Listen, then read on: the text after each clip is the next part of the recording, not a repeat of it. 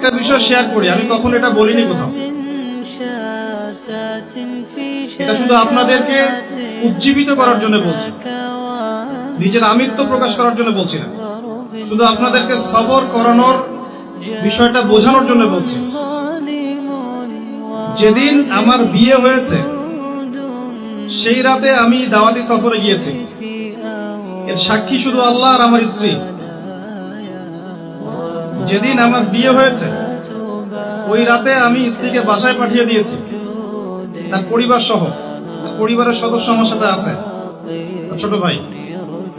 আমি দাওয়াতি সফরে গিয়েছি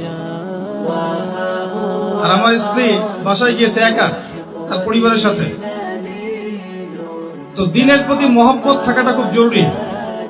আমরা যে সবর করছি, সময় দিচ্ছি, শ্রম দিচ্ছি, অর্থ দিচ্ছি, মেধা দিচ্ছি, কার জন্য ভাই? কার সন্তুষ্টির জন্য? যদি আমরা সবর করতে পারি আল্লাহ নেকি দিবেন ইনশাআল্লাহ। সবর করতে না পারি, শিকায়াত করি, তাহলে আল্লাহ পাক নেকি কমিয়ে দিবেন। আমরা কি চাই? আল্লাহর সন্তুষ্টি না অন্য কিছু?